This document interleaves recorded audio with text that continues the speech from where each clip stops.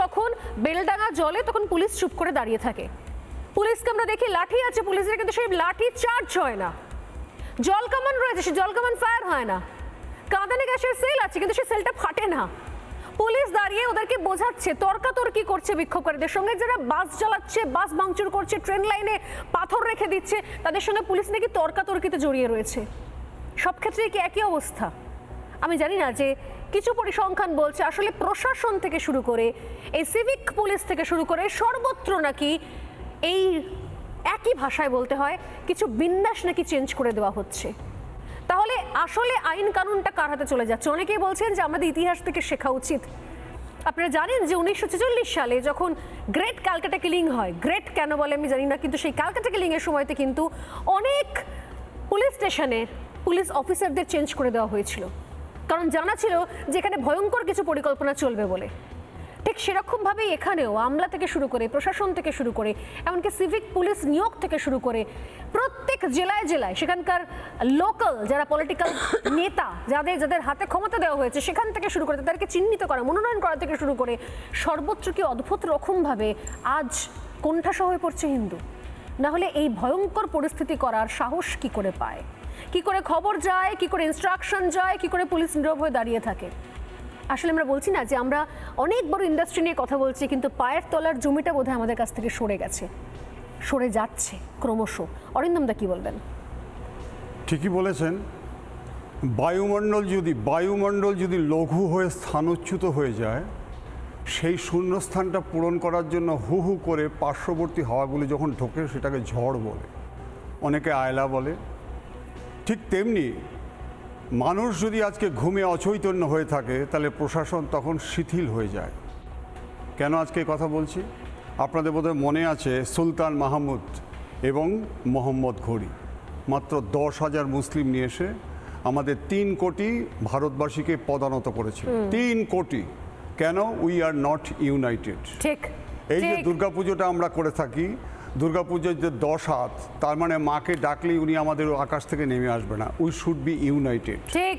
এই যে ইউনাইটেড আমরা হিন্দুদের মধ্যে, আমার মনে আছে আমার দেখুন 30 থেকে 35 জন আত্মীয় বাংলাদেশে আছে। আমরা যখন বাংলাদেশ থেকে আমার বাবা চলে আসে তখন 1947-এর সেই সময়টায়, আত্মীয় পরিজন হিন্দু যারা ছিল, সমস্ত প্রপার্টি যারা ঠাকুরদাদা তার বাবা থেকে পুকুর ছিল, আজকে জমি জায়গা ছিল, গরুর দুধ ছিল, তার কিছুদিন পর ওটা এনিমি প্রপার্টি করে দেয়। এনিমি প্রপার্টি মানে আপনি আর ওই জায়গাটা পাবেন না। আর আমাদের এখানে যখন বাংলাদেশে আমরা দেখছি 32% ছিল, এখন 7% পৌঁছে গেছে।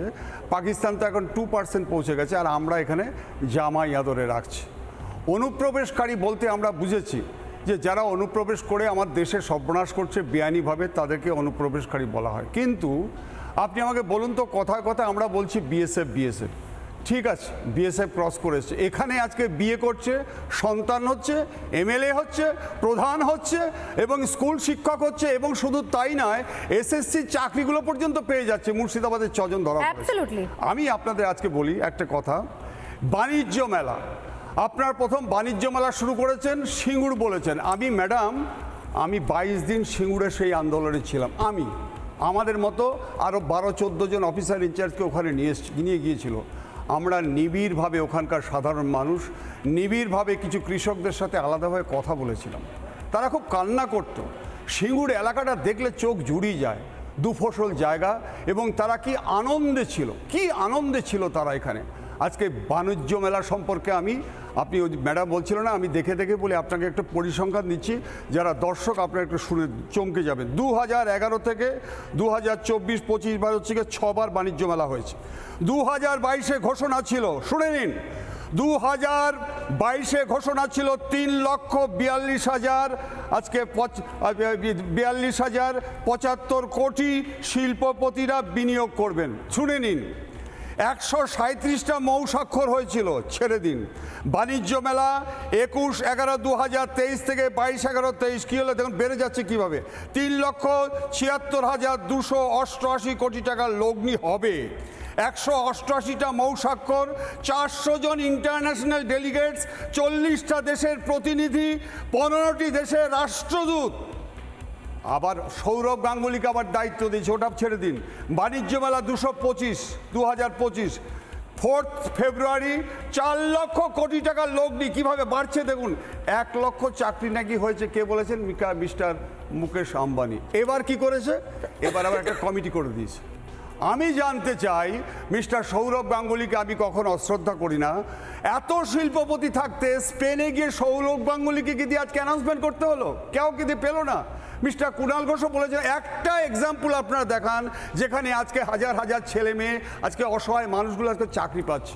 আমি আপনাদের আরও একটা কথা বলি, যে এই যে আপনারা হিন্দু মুসলিম করছেন, আপনি জানেন তো গত 3 বছর আগে ক্যালকাটা কর্পোরেশন থেকে একজন কাউন্সিলর বলছিলেন যে সমস্ত ভারতের সমস্ত জায়গাতে কসমোপলিটন এলাকার 22% ফুটপাথ থাকে। আরে অ্যাক্সিডেন্ট তো হবেই, কারণ কলকাতায় মাত্র ফুটপাথ হচ্ছে 7%। গিয়ে দেখে আসুন ফুটপাথগুলো আজকে কীভাবে দখল করছে এবং কারা দখল করছে। আপনি স্পেসিফিক মেটিয়াপুরুজ, রাজারভাট থেকে শুরু করে বিভিন্ন জায়গায় দেখুন কিভাবে ফুটপাথগুলো দখল করছে, কারা দখল করছে। প্লাস আরও আমি বলে দিচ্ছি, এই যে কিলার লিটারি লটারিটা শুরু হয়েছে, আপনি দেখে আসুন কারা করছে। এবার আপনাদের বলি, মাল্টি স্টোরিড বিল্ডিং কারা করছে? খুব বাঙালি করছেন। বস্তিগুলো আজকে দীর্ঘদিন ধরে যারা গরিব মানুষগুলো ছিল, হঠাৎ আগুন লেগে যাচ্ছে। আগুন লাগার পরে ওখানে একটা ঘেরাও হয়ে যাচ্ছে, ওখানে পুলিশ পোস্টিং দিয়ে বলছে এটা গভর্নমেন্ট প্রপার্টি, অতএব এখানে যদি ঢোকেন 144 ডিক্লেয়ার করা আছে, অ্যারেস্ট করা হবে। এবার আমি বলতে চাচ্ছি, বিগত আজকে 2 বছর ধরে কলকাতাতে যত বস্তি এলাকাগুলো আগুন লেগেছে, আগামী দিনে দেখবেন কত বড় একটা স্কাম আপনার খুঁজে পাবে। এবার আপনাকে সরকারি প্রপার্টি বলে আমার একটা জিনিস মনে পড়ছে, সরকারি প্রপার্টি, সরকারি জমি, সরকারি মাঠ, সরকারি ক্ষেত, সরকারি স্কুল ধীরে ধীরে কাদের কুক্ষিগত হচ্ছে সেটাও আমার মনে হয় কি বলা দরকার, আলোচনা করা দরকার।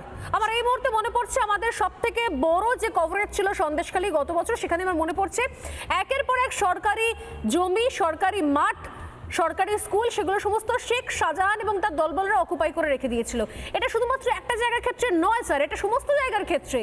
সরকারি প্রপার্টি হাত থেকে বেরিয়ে যাচ্ছে, সরকারি জমি অন্য কারোর হয়ে যাচ্ছে, কুক্ষিগত অন্য লোকেরা করছে। আপনি নিজে বলছেন যে চাকরি নেই, বেকারত্ব বাড়ছে, অথচ আপনি জানেন এখানে প্যারালালি অন্য ধরনের এমপ্লয়মেন্ট চলছে, অন্য ধরনের রাজনৈতিক দল তৈরি হচ্ছে।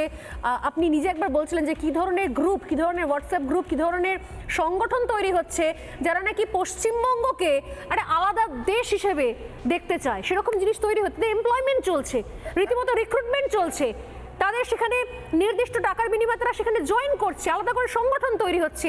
এই ফান্ডগুলো আসছে কোত্থেকে, কাদের হাতে যাচ্ছে? আজ থেকে আপনাদের এখানে 6 মাস আগে আমি বলে গেছিলাম একটা বৃহৎ বাংলা তৈরি করার জন্য একটা ষড়যন্ত্র চলছে, এবং তার মধ্যে ম্যাক্সিমাম হচ্ছে কি অনুপ্রবেশকারীদের হেল্প নিয়ে। আপনাদেরকে আরও বলেছিলাম মার্চ মাসে 2025 মার্চ মাসে আমি আপনাকে বলে গেছিলাম যে 15/2/2025 15/2/2025 মিস্টার অজিত দোভাল এসেছিলেন এখানে। উনি স্পেসিফিকভাবে বলে গেছিলেন ISSB, Islamic state of Bengal. আমি আপনাকে সেদিনও বলে গেছি Islamic state of Bengal, not only this IBM, all Bengal media already start করেছে। দেখুন উনি স্পেসিফিক প্রথম বলেছে মুর্শিদাবাদ, তারপরে বলেছে মালদা, ঠিক, তারপরে বলছে দক্ষিণ দিনাজপুর, উত্তর দিনাজপুর, আজকে সাউথ 24 পরগনা, নর্থ 24। দেখুন ঠিক সেই জায়গাগুলো ঢুকে গেছে। এবং খুব ভুল না করলে অরিন্দম বাবু, আপনি বলেছিলেন যে এখানে রীতিমতো ঠিক যেরকম আমরা আল ফালার ক্ষেত্রে দেখেছিলাম অঙ্কন, এখানে রীতিমতো রিক্রুটমেন্ট হচ্ছে, নির্দিষ্ট স্যালারি থাকছে, অল বেঙ্গল মিডিয়া তৈরি হয়ে গেছে। মারাত্মক একটা ইনফরমেশন দিয়েছিলেন এর আগের শোতে অরিন্দম বাবু, যে এখানে প্যারালাল চলছে। আমি আরেকটু বলে দিচ্ছি, এই যে মুর্শিদাবাদ নিয়ে আপনারা আলোচনা করছে, মুর্শিদাবাদে যখন হরগোবিন্দ দাস এবং চন্দন দাস মারা যায়, আপনারা জানেন কি নৃশংসভাবে হত্যা করেছে। এই রকম হত্যা আফগানিস্তানেও করে না, গলা কাটছে, রক্ত বেরোচ্ছে, দাঁড়িয়ে আছে, এবং ফ্যাক্ট ফাইন্ডিং কমিটি আজকে হাইকোর্টকে জানিয়েছে, ওখানকার পলিটিক্যাল লিডার্স ইনক্লুডিং MLA দাঁড়িয়ে থেকেছে, থানাকে আজকে ফোন করছে, থানা আসছে না। ঠিক দেখুন এই যে এই কিছুদিন আগে যে ঘটনাটা হলো। এবার আপনাকে বলি, সুন আফটার দিস ইনসিডেন্ট মুর্শিদাবাদে কেস হয়েছিল 60, আপনি উত্তর দেবেন, 60খানা কেস হয়েছিল, সেই সময় অ্যারেস্ট হয়েছিল 274 জন, টিল 16/4/25, ঘর ছাড়া হয়েছিল 300 জন, আচ্ছা রিটার্ন করেছিল 85 জন। তাদের উপরে কি অত্যাচার, জোর করে তাদেরকে দিয়ে নানা রকম কথা বলানো হচ্ছে। ঠিক কোথায়? সন্দেশখালী ঘটনা। আপনি আমাকে বলুন তো যে 5/1/2025 যদি আজকে ইডি অফিসাররা ওখানে মার না খেত, সন্দেশখালীতে 2019 থেকে যে নৃশংস হত্যা, আমরা জানতেই নারীর উপর পারতাম না। অত্যাচার, যে কোনো নারীকে আজকে তুলে নিয়ে যাচ্ছে, রাতের পর রাত রেখে দিচ্ছে, আজকে আমরা কি জানতে পারতাম? ওখানে থানা নেই, না। ওখানে পুলিশ নেই, ডিস্ট্রিক্ট ভাগ করে রেখেছে, অসহায় মায়েদের চিৎকার, শিশুর হাহাকার আমরা দেখিনি। আজকে আপনারা সেইটার পরবর্তীকালে আজকে এই শাহজাহান শেখ। আমি আসছি অরিন্দম বাবু, অ্যাবসলিউটলি তাই। আমরা সত্যি সত্যি ইডি সেদিনকে মার না খেলে, কেন্দ্রীয় তদন্তকারী এজেন্সি মার না খেলে আমরা সন্দেশখালীর খবর জানতাম না। আমি বলছিলাম যে ব্যবসার কথা অঙ্কন শুরু করেছিলেন সুদীপ্ত গুহ, বলছিলেন যে কি কি জিনিস চলে গেছে হাত থেকে, এবং আমরা আলোচনা করছিলাম যে প্রশাসন, শুধুমাত্র প্রশাসন নয়, এবার বিভিন্ন সরকারি অফিসার, আমলা, সর্বত্র কিন্তু এই হাস্যকর হলেও ডেমোগ্রাফি, জনবিন্যাস বদলানোর চেষ্টা চলছে। নানা ধরনের কন্টেন্ট দেখার জন্য লাইক করুন, শেয়ার করুন আমাদের ফেসবুক পেজ, সাবস্ক্রাইব করুন আমাদের ইউটিউব চ্যানেল। পাশাপাশি অন্যান্য ব্রেকিং নিউজের জন্য অবশ্যই চোখ রাখুন রিপাবলিক বাংলায়।